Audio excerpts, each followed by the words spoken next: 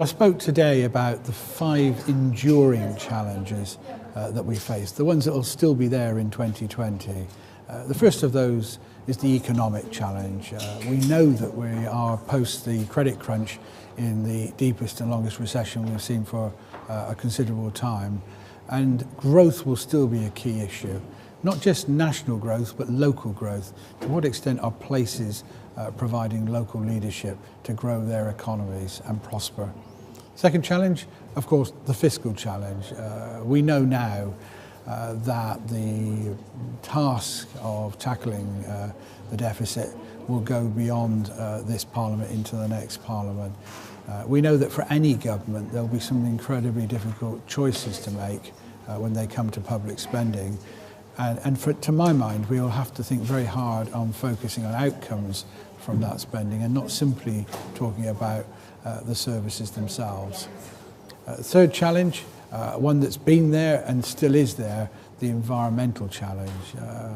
Of course, the UK is not the biggest player in terms of its impact on the global warming issue, but we have a key leadership role. We have to adapt to climate change, and we have to crucially secure future energy supplies for the country.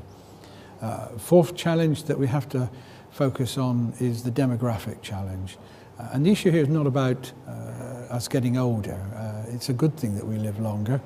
The issue is about health expectancy. To what extent is people's health improving and continuing alongside their longer life expectancy?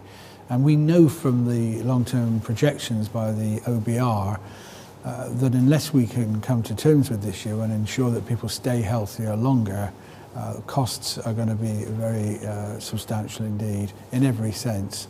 And then finally, the issue of trust. And there are many debates about whether politicians and public administrators should focus on the issue of trust.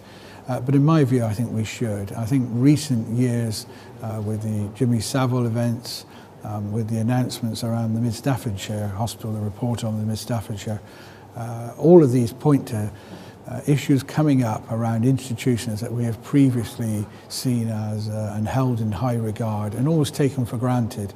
And I think absence of trust will make it much harder to deliver the sort of fundamental changes we're going to need in the future. So focusing on reducing the gap between the governing and the governed is crucial.